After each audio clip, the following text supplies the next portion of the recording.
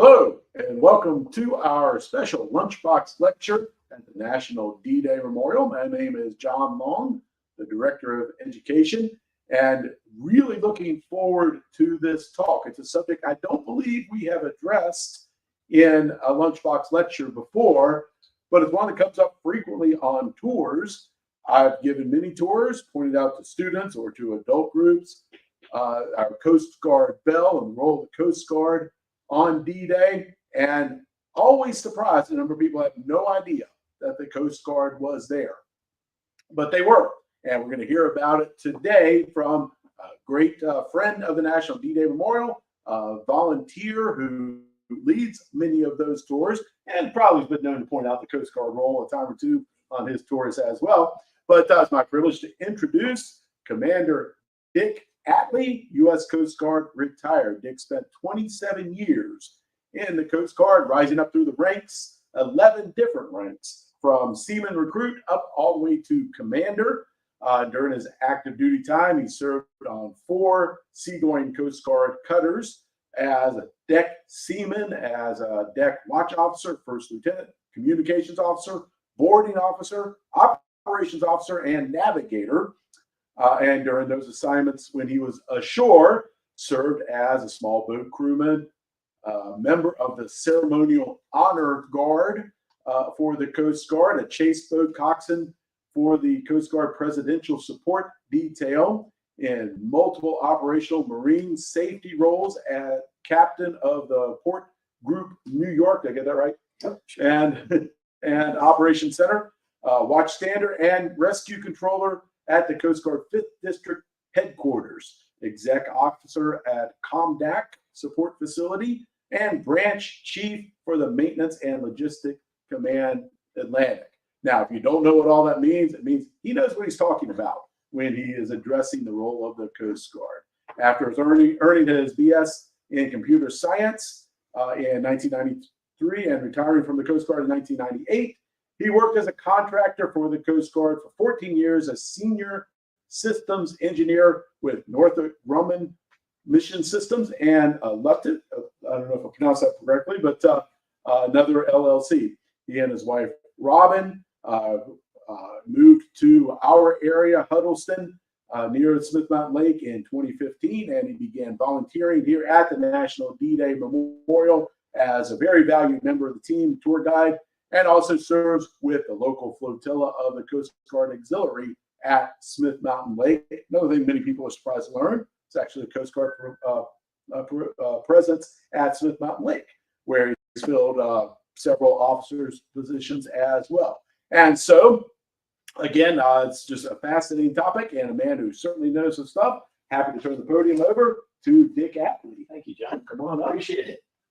John gets hazardous duty pay for reading all of those acronyms on that. Well, it's a pleasure to be here today. This talk has been about 4 years in the making in my mind, and finally happened. And so I'm excited to talk about it. It's fun being a tour guide here at the D-Day Memorial. I'm the only Coast Guard tour guide at the moment for the memorial, so I introduce myself that way and tell them that out of an hour, they're going to get about 45 minutes of Coast Guard history on D-Day and about 15 minutes on those other people that were in the area at the time.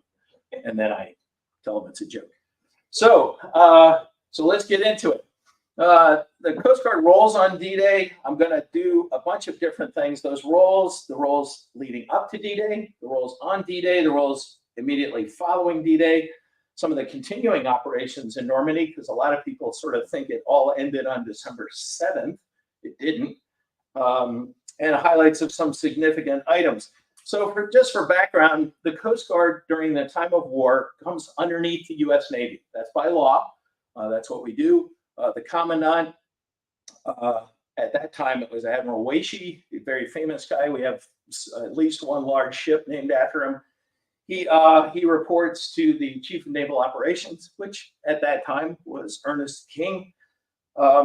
Pacific operations, remember, had been going on for 2.5 years on D-Day. So people sort of forget, that's war had been going on for 2.5 years by that time. And the Coast Guard had already played major roles in Italy and Africa with amphibious operations in those places. So leading up to D-Day, The planning for D-Day was a big deal. We say as tour guides that it took 2 years to plan D-Day, basically. And the Coast Guard was involved in that all the way through. So the invasion planning itself, exercises, everybody got over to Europe, almost everybody, at least a year in advance, and spent a lot of time exercising on English beaches that looked kind of like Normandy, like Slapton Sands, places like that. Artificial harbors were being designed because they knew that when they took over the French peninsula, that all the harbors would be wrecked by the Germans. So they had to come up with something to offload people and equipment and supplies until they could get those harbors cleared out. The deep water ports in France were going to be hugely valuable once they could get them operational again. And that was a big part of the Coast Guard's planning for that. You'll hear a lot more about that later. Rescue operations, you'll hear about that because it's a typical Coast Guard operation. We found out 6 weeks before D-Day that they wanted rescue operations. So think 2 years to plan the operation, 6 weeks before the operation, the Coast Guard got tagged to do rescue. So we'll talk about that in a lot more. So here is a layout of the D-Day beaches themselves. 2 of them were American controlled, 3 of them were British controlled. And so a lot of the operations that the Coast Guard did were on the American beaches, Utah and Omaha. But that gives you a basic layout of it. Some of the roles on D-Day itself were manning U.S. Navy ships. A lot of people don't know. The Navy had a lot of hardware. They didn't have enough people. So the Coast Guard got tagged to man these ships. So there were assault transport ships. There were 5 of those. They're on the screen. And the last 2 of those were partially manned, but the first 3 were completely manned by the Coast Guard, including one of the flagships. Then there were landing ship tanks, LSTs. These were larger ships, 328 feet long. They're made to actually land on the beach, stick their nose on the beach, open huge barn doors, pull out a ramp and drop it on the beach, and then offload stuff by that ramp. The Coast Guard manned 11 of those. There were 232 of those babies on D-Day, which is a lot. You'll see a good picture in a little bit. They were used at all 5 beaches, these ships, because they were so utilitarian. 0 of them were lost, actually. Here's a shot of one of them. There's those huge barn doors. This one is actually stranded. That's one of the problems. They normally teach commanding officers not to get your ship stuck on the sand, but these guys did it on purpose. So they'd wait till the next high tide, or they'd set out anchors from the stern and retract themselves, pull themselves off the sand, turn around and go back. So also on D-Day, and this is a little more famous, we manned U.S. landing craft. And there were a couple of different kinds that we manned. There were probably 10 different types of landing craft. The Coast Guard was focused on 2 kinds, the LCVP Higgins boats, which we'll talk more about in a little bit, and the landing craft infantry large boats. There were 24 of those, and 4 of them got lost. We'll do some highlights later. Then also this thing called Rescue Flotilla 1 that I teased you about. There were 60 83-foot patrol boats. 0 of them were lost. They had a neat nickname. They called them the Matchbox Fleet because they were wooden hulls and gasoline-powered engines. And one of their biggest worries was, how do we protect these gas tanks when we're being shot at? So more on that later. And the last one that I want to talk about is photographic support. So one of the things the Coast Guard had, so did the Navy and the Army, everything had photographers, mates, or something like that in their organizations. And there was an iconic photo, which I'm going to show you now. Almost everybody has seen this photo. What they don't know, it was taken at 7:40 a.m. at Omaha Beach in the second wave from a Coast Guard manned landing craft by chief photographer's mate Robert Sargent.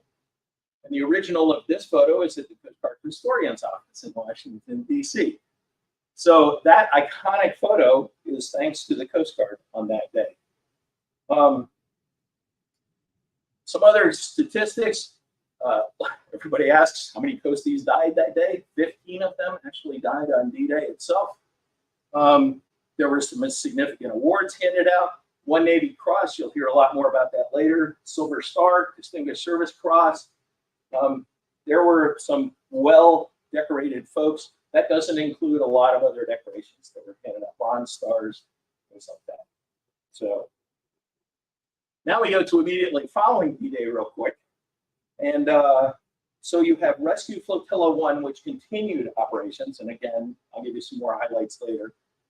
The liberation of the deepwater port of Cherbourg was thanks to the Coast Guard and a Coast Guard commander at the time. You'll get a lot more detail about that in a little bit. Commander Quentin Walsh, very famous guy in the Coast Guard, but most coasties have never heard the name. Also, the Mulberry Harbors. Not only did Walsh help with that, but 6 Coast Guard lieutenants were decorated for helping to design and implement these temporary ports that were floating, basically floating piers and floating ports that could handle huge ships, trucks driving almost a mile out to there, and offloading cargo quicker than putting it on the sand and opening the doors and driving off the ramp. So those were a big deal. In fact, we'll talk a little bit about those right now. So they were called Mulberry Harbors, or mulberries. This is the area of Utah and Omaha Beach that you can see here. To the left, if you can't read it, that's Mulberry A. To the right is Mulberry B. They set up 2 of these. They also use, I don't know why they use these names, gooseberries. Gooseberries were ships that they filled with cement in the bottom, steamed over to that area, got them in the right place, and sunk them as breakwaters to keep the sea from making huge waves that made it hard to unload cargo. So they created breakwaters out of old ships, out of concrete blocks that they floated over and sank. Lots of different things that they did for that. So Mulberry, and here's a picture of what one actually looked at. You can see down lower right, you can see the breakwater ships strung out all together.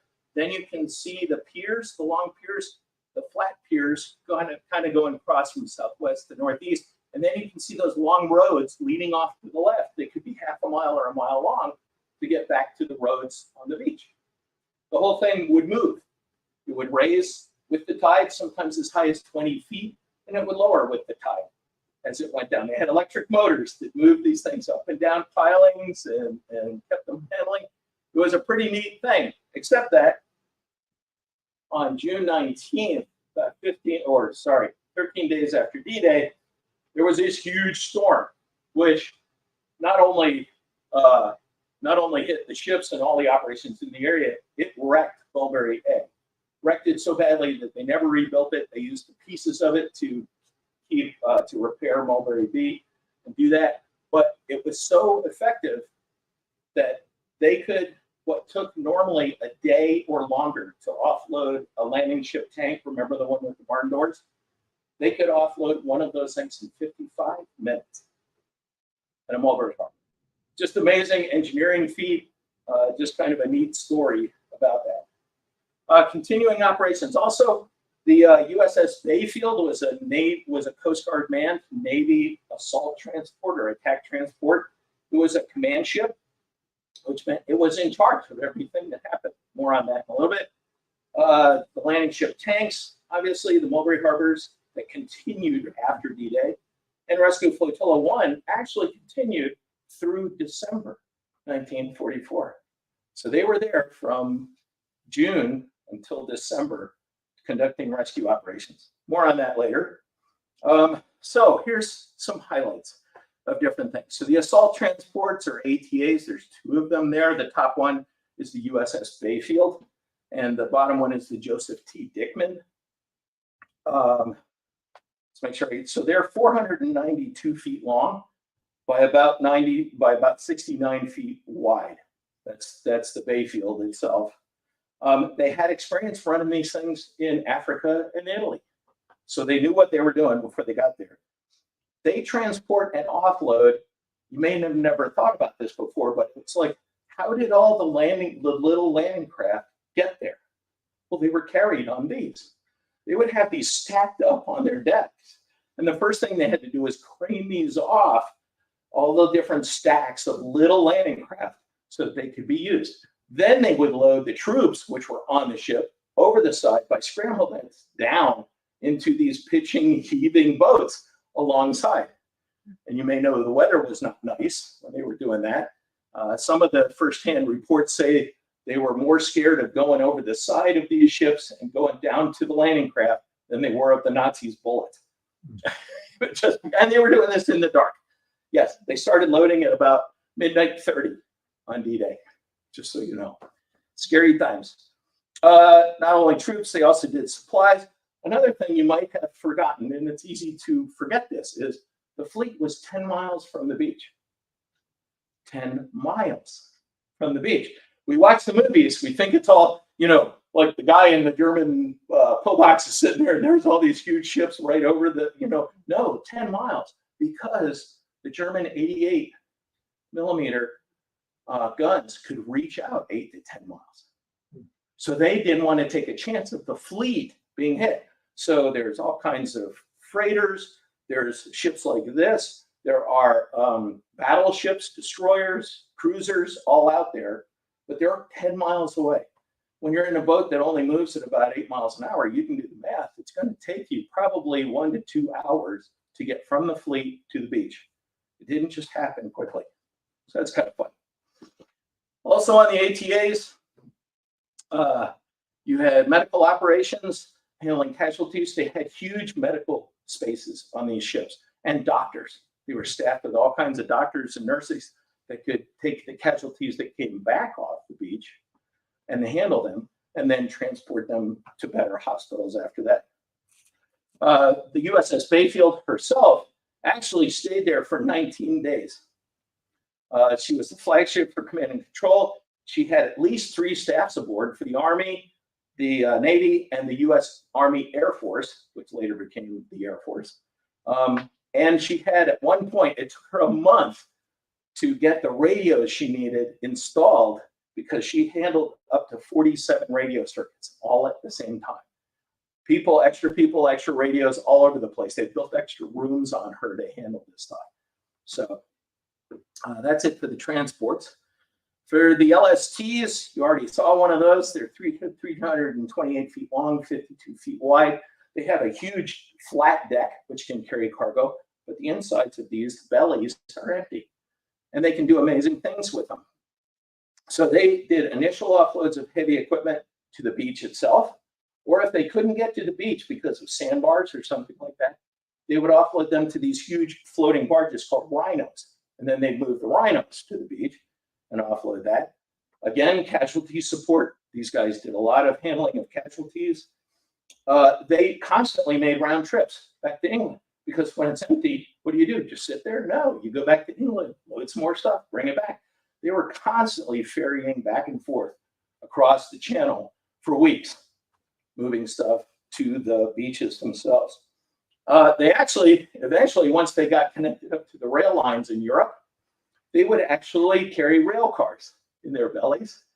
And here's a neat picture for a couple of different reasons. One, you can see the rail cars coming down off the ramp onto the beach. The other thing is, this was a segregated unit. This is one of the things. Also, anti-aircraft balloon operators were a segregated unit back then, which is a neat part of what the D-Day Memorial teaches about, is that they would say, okay, all the black guys, you handle this. It's like, okay. And they did amazing jobs in those things. Moving on from them to the landing craft vehicle personnel, or the LCVPs, the Higgins boats. There's a pretty typical picture of it with its ramp down. Like I said, there were a bunch of them, but these, the Coast Guard actually ran almost all of the American ones that were involved. 36 feet long, 10 feet wide, had a bow ramp. We learned that from the Japanese. The Japanese over in the Pacific used bow ramps. And Higgins, the guy in Louisiana who built these things, said, that's a great idea. And he changed it from a door that opened like this to a bow ramp came down for these. Obviously, these are widely known. There were, get this, 839 LCVPs in theater that morning working those American beaches. 81 of them were lost on D-Day or in the next few days. 55 of those were lost at Omaha Beach itself. You've heard of Bloody Omaha? That's where we are with that.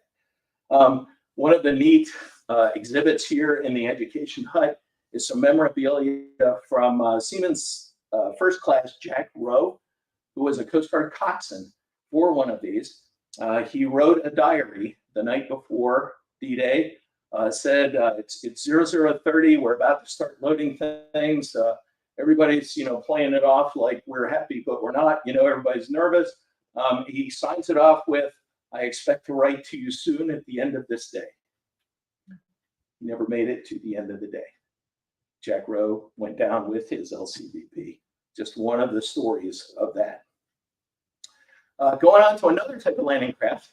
These I didn't really know about until I got here at the National D-Day Memorial, and that's the Landing Craft Infantry Large, LCIL. And this is a weird looking thing. It's I'll show you a picture of it while I'm talking about it. Yes, okay. There's the picture. And it's 158 by 23. So this is a small ship. It carried several hundred troops on it, and there's some pictures of them crammed into these little places in between. They had to sail from England through this snotty weather across with the rest of the fleet and then land there on the thing. They had these two ramps that would lower on either side. So they, again, would run up, beach the bow of the ship on the sand, lower these ramps, and guys would come streaming down these ramps, being shot a lot. So these were 158 feet, talked about that. 24 of these were Coast Guard manned at Utah and Omaha beaches. A lot of them were from a flotilla that had already learned how to do this in Italy and Africa, Flotilla 10. There were 247 LCIs total at Normandy. Half of them were on the American beaches and half of them were on the British beaches. Just helping to, there was a lot of sharing going on between these services. You had 12 different countries and you had who knows how many different service components, a lot of whom did not speak the same languages and didn't operate the same way, all making this thing work at one day, which is just amazing. There is, I just added a picture of LCI L85. She was hit by an 88 millimeter mortar, directly hit when she was approaching the beach. She then was hit by more than 25 other artillery rounds. The skipper managed to turn her around, get her back to one of the transports. I don't remember which one. This is the picture from the transport down. You can see bodies on her deck and everything. She was hit so badly, they were able to get the survivors and the bodies off just before she flipped next to the transport ship and get off. So LCI 85 was kind of a famous boat at the time. So the next thing is just talking about landing craft operations in general. And I put this on there. I tell people the Coast Guard's official motto is Semper Paratus, always ready. The Coast Guard's unofficial motto is Semper Gumby, which is always flexible. And that's Gumby, being flexible right there. So that was sort of the hallmark of these landing craft operations. Think pickup trucks, okay? Things that carry just about anything that will fit into it from these large ships, the fleet, to the beach, run back again. And when you run back again, you're carrying casualties and things like this. Then you'd offload those, load up again, run back again. They just ran constantly. They would run. There's stories of guys running for days with no sleep, just running stuff back and forth between them. They carry troops, obviously. They could carry like a whole platoon on it. They could carry a smaller thing. They could carry jeeps. They could carry light artillery. They could carry just about anything, supplies and provisions. They too were intermediate. Remember when I said sometimes the LSTs couldn't get to the beach and they had to offload to something else? Well, this was one of the things they would offload to. They'd pull up alongside, take stuff from them. They had cranes on them and they would crane stuff over to them, or they'd lower ramps and match the ramps up and drive stuff between them. And then the little guy would go into the beach and the big guy would stay out there where he had enough water.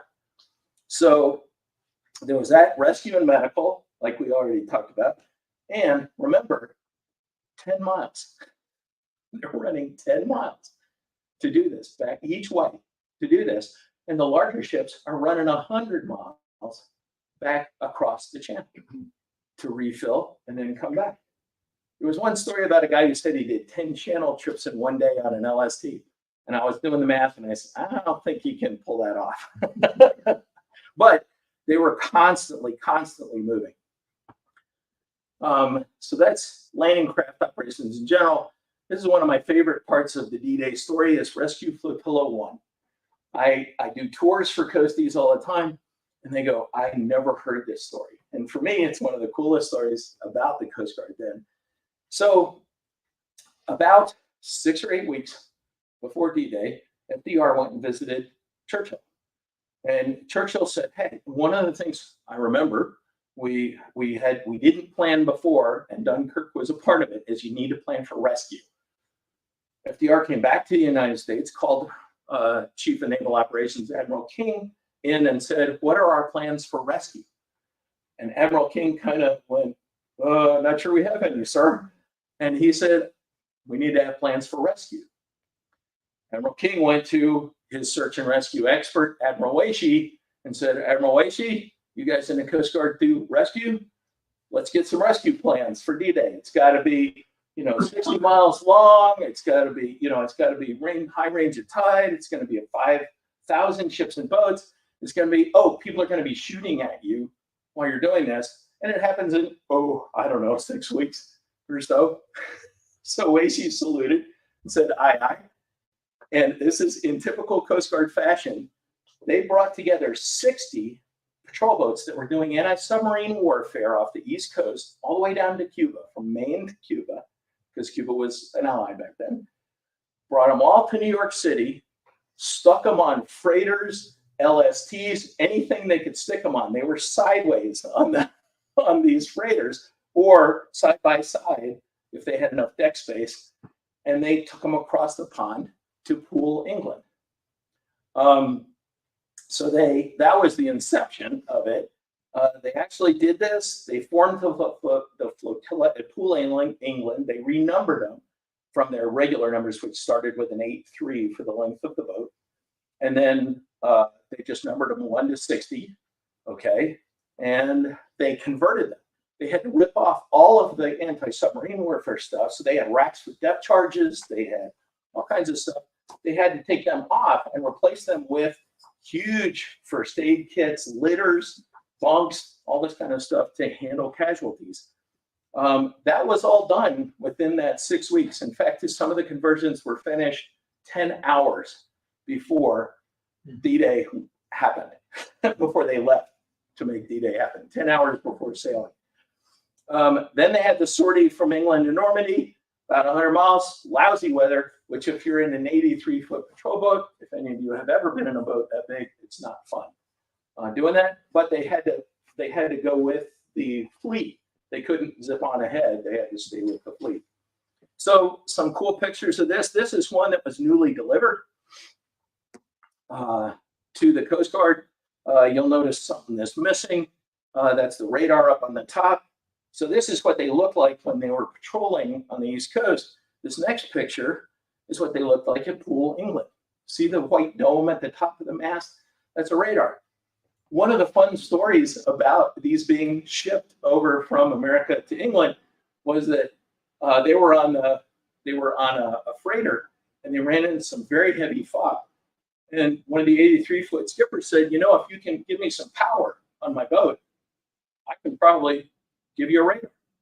So they did. They rigged up power to an 83 that was on the deck of a freighter, turned on its radar, and they used the radar. At the end of the trip, the captain of the freighter said, if you want to leave that boat on here, you're perfectly welcome to.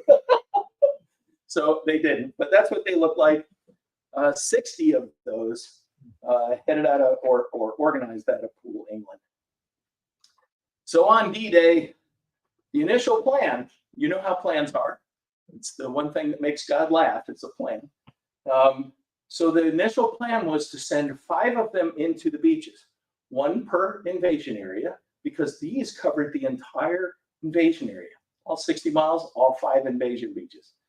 So let's send one in close and keep the other 55 or the other 59 out here, 55, out here with the fleet because we think the fleet is going to have horrible losses. Well, they realized by the time it was daybreak that that was the wrong idea. And they sent all 60 of them in to get as close as they could. They were within half a mile of the beach most of the time, operating in there. They saved 190 lives in just the first 3 hours of D-Day. And they saved 126 that day were saved by the homing pigeons. So here's a picture of 2 of them. You can see the fleet ships in the background. Another couple of shots. The shot on the right is CG-16, what they nicknamed the homing pigeon. And you can see their tally board where they were tallying up their rescues because this turned into a competition between patrol boats for who could save the most. And they extended it past D-Day. The highest total for the D-Day period was 132 saved by one of them. But so that was kind of cool, a cool story about that. So, whoops. Oh my goodness, I jumped way ahead. Nervous stomach. Okay, there's that.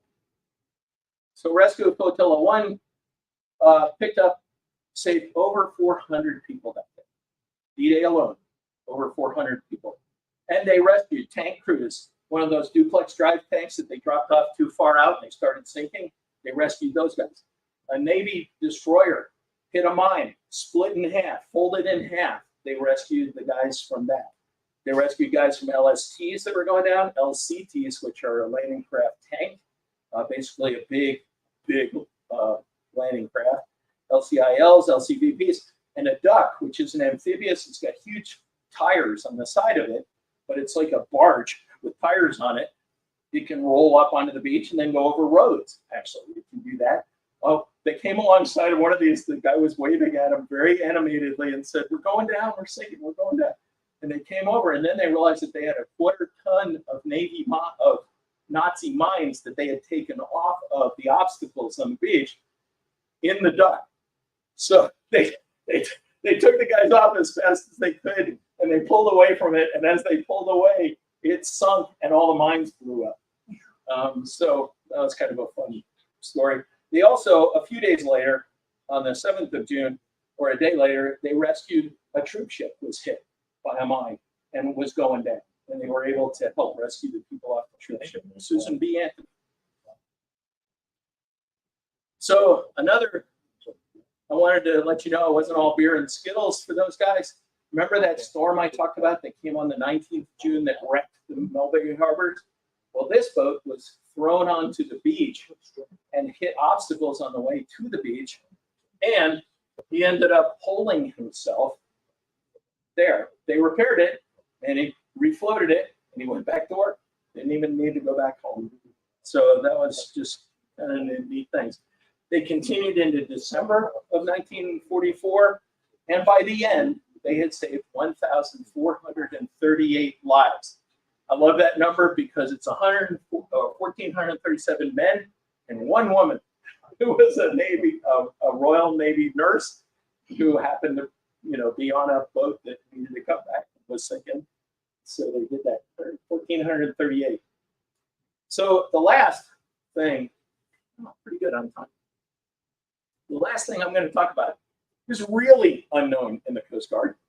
And that's the Coast Guard's part in the liberation of Cherbourg, and one of our heroes in the Coast Guard that is really unknown to most people in the Coast Guard itself.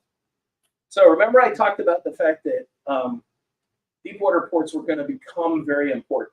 It was okay. It's fine to load things off of LSTs onto a ramp. It's fine to use a Mulberry Harbor. That's nice. But nothing is as good as a real port itself. So the closest real port to that area that they thought they could get to was up on the peninsula, the Kentucky Peninsula, and it's Cherbourg, which up in this, if you look at the top of this graphic, there's kind of a Y, and at the base of the Y is where Cherbourg is. The Nazis had absolutely wrecked that place, and they hadn't left it yet. They were still there. So that was one of the things that this guy, who is Coast Guard Commander Quentin Walsh, was out to get. This guy was, and I'll give you some highlights on him. So he was part of the Supreme Headquarters of the Allied Expeditionary Force that planned D-Day. He was in a very glamorous job. It was called logistics and planning. Very glamorous. For those of us who are operators, it's like, please don't stick me on the staff, and please not logistics and planning. I'll do anything else. In April, he helped form what was called the Navy Combined Reconnaissance Party in Scotland. It was in April, just before June. On June 9th, he actually landed in France, carried over there to and put ashore there with this command, the Combined Reconnaissance Party, to recon the harbor of Cherbourg. And he was in command of it. There were about 250 folks in this Combined Reconnaissance Party. Most of them were engineers, because they needed people who understood port operations. That's the Coast Guard. They needed people who understood how to move equipment and reconstitute and repair piers and quays and things like that. That's engineers. They needed all those guys. And so they sent them to recon this area, to look at it from afar. Well, they didn't really stay far away from it, because this is a photo of Cherbourg. I don't know, Adam, can you see me when I point here? So this is the actual harbor of Cherbourg. You can see a big breakwater up at the top. And then in the center of the picture is a combination of the naval arsenal of Cherbourg and a fort.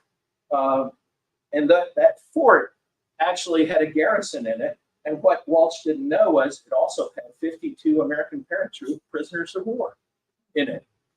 So he said they got here, and the engineers said, well, we're engineers, we're not really fighters, but he said, well, I'm going to take a crew of about 15 or so, and we're going to head into Cherbourg and see what we can do.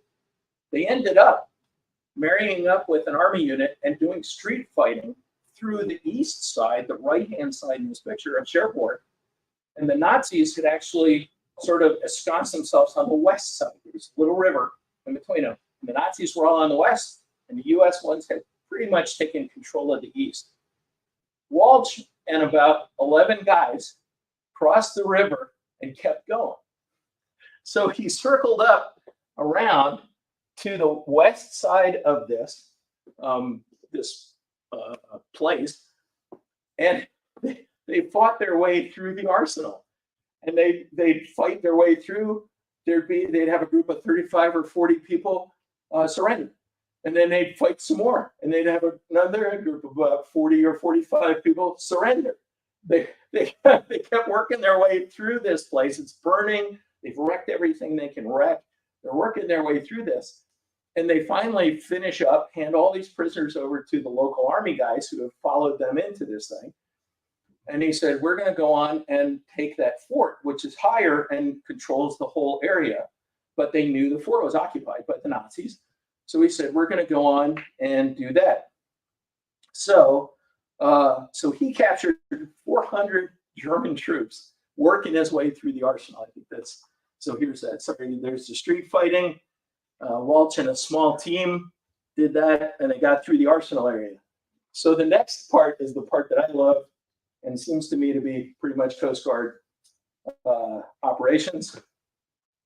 So Fort du Homais was the fort that they had to do. There were 350 German troops in the garrison there defending the fort, and 52 U.S. paratroop POWs. And I said it was captured with 11 men, a white flag, and a black. With 11 guys, he had the Navy guy whispered in his ear, Commander, we've only got 11 guys. He said, let's give it a try. They put a white flag on the end of a pole and let it sit there for a while. Pretty soon they saw a white flag coming out from the fort. They met with the guy, Walsh and the other guy walk into the fort. He meets with the commander of the fort, and there's this negotiation. He says, I'm ready to accept your surrender. And the commander of the fort says, I think you've got this backwards. We're the ones with 350 guys in the fort, and you're just up there. And Walsh says, I got 800 guys with me, which he did not. 800 guys with me. And he said, so I think I win here. And he says, well, I'll surrender if you give me safe passage all the way back to the enemy lines. And Walt said, no dice. I'm not giving you a safe passage back to enemy lines. It's an unconditional surrender. Take it or leave it. The guy thinks about it. They come back into the room and they say, we'll take it. And they surrendered. That's when they also learned that they had prisoners of war in there, Army paratroopers who were also in the fort. Sure enough, so 350 garrison surrendered to this group of 11 men with a white flag and a whole lot of chutzpah. Yeah. So for that, Quentin was awarded the Navy Cross. And one of the cool things about it is there is a U.S. Navy guided missile destroyer now being built, the USS Quentin Walsh. It is the first U.S. Navy ship. It was named for a member of the U.S. Coast Guard, and that's going to be her. She's been in building for 2 years, and when she comes out, she's going to look a lot like that, and going to be a big day for the Coast Guard when they actually do that, as well as for the Navy, hopefully. These are some websites for further information. There are obviously a million websites for further information. If you want to look into this, these are very easy hits. The Coast Guard Historian's site, which has a nice section on D-Day itself. There's also this thing called History on the Net, which actually it's well organized. It's easy to drill down into and look at things of interest as you go down in there. But those are, if you're interested in going into this some more. And thanks for your attention. That's the end of my prepared remarks. So if there's any questions, I'm willing to give it a try. Thank you very much. Told you that's just one of these submerged stories that we love to tell over here, but the average public has no idea all of these little details about D-Day that we get to share on tours or in Lunchbox lectures. So we have a small audience here in the Q Hut. We also have an audience online. If you are watching online, you can put in the comment section or the Q&A section, whichever platform you're using, any questions that you have, and Adam will read them to us. And anyone in the audience, just raise your hand. But I'll get started with a little bit beyond the scope of your talk today, so I'm putting you on the spot. But what other major campaigns was the Coast Guard a part of? Well, you mentioned a couple of them, but well, John. Listed exhaustively from the top. Yeah. So no, in World War II, so obviously the Pacific campaigns, the Coast Guard was a huge part of that, where they ran everything from transport craft, landing craft. In fact, the Coast Guard, the only Coast Guard Medal of Honor winner is Douglas Monroe. Was a coxswain on a landing craft at, I want to say, Guadalcanal. Yes, thank you. Thank you very much. Who died landing U.S. Marines on Guadalcanal. So that's a big deal for the Coast Guard. They also did things like tanker operations in the Pacific, gasoline tankers and things like that. Fun ships to be on if you're hit by a bomb. But that was a typical part. They would look to the smaller ship operations and go, there's nobody we know better, used to operating around land and in coastal waters, than the Coast Guard. So sometimes they would put senior officers aboard or a CO. Sometimes they would just man those tankers and freighters, small freighters. We would handle those too. So that's the Pacific.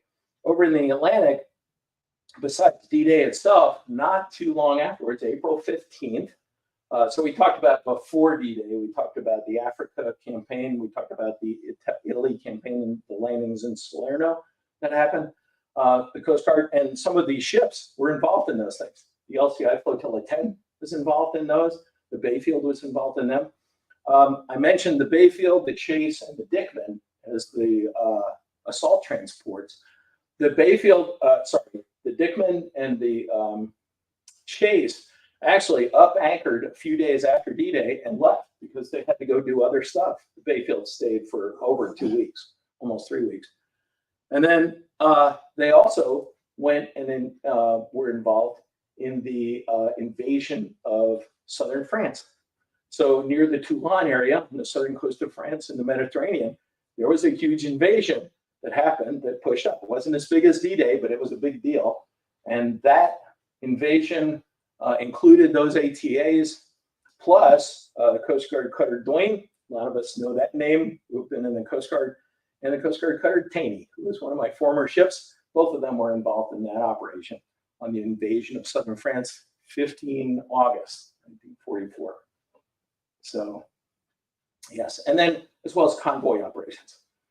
We routinely guarded convoys at the cost of some of our ships to do that. But from the time we started running convoys to, when would that have been?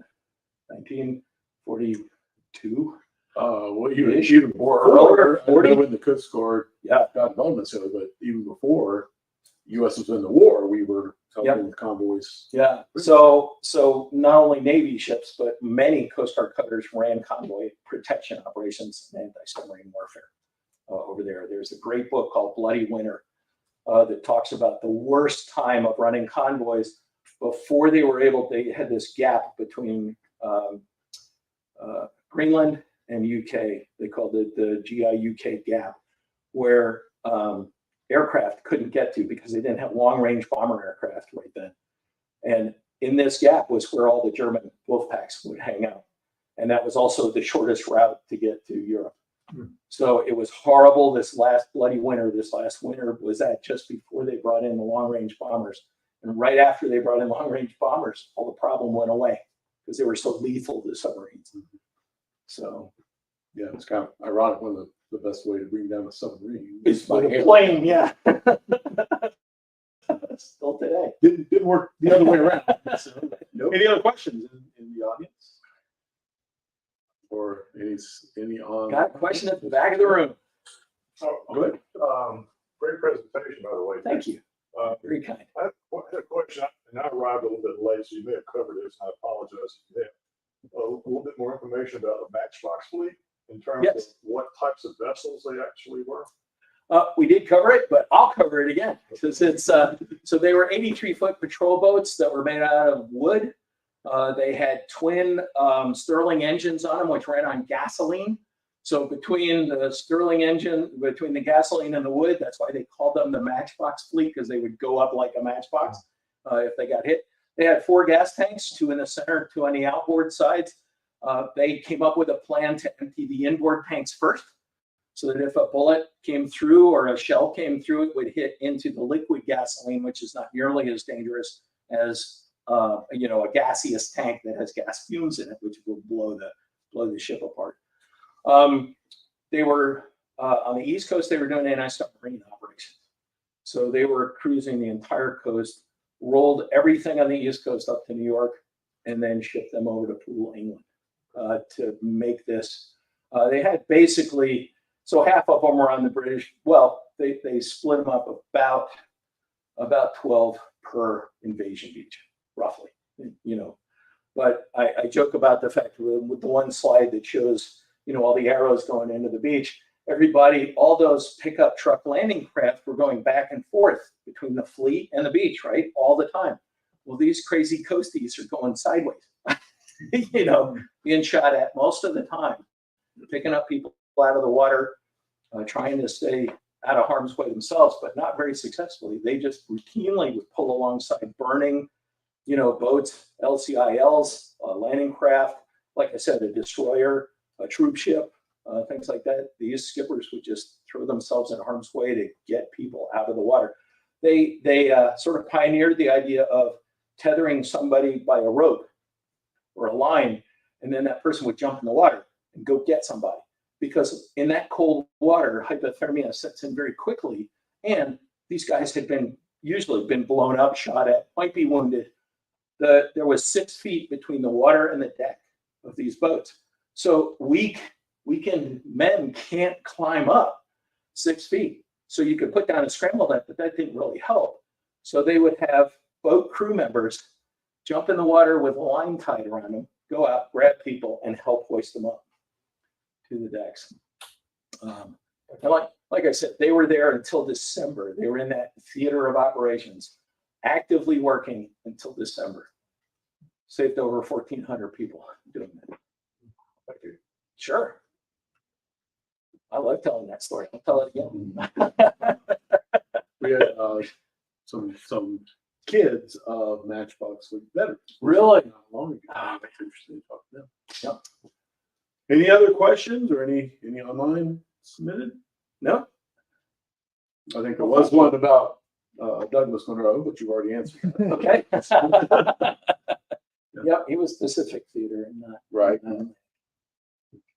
But, well, this has been great. I want to thank you all for joining us, either in person or online. I certainly want to thank Dick for coming out and sharing this story that we just have to pry out of you sometimes.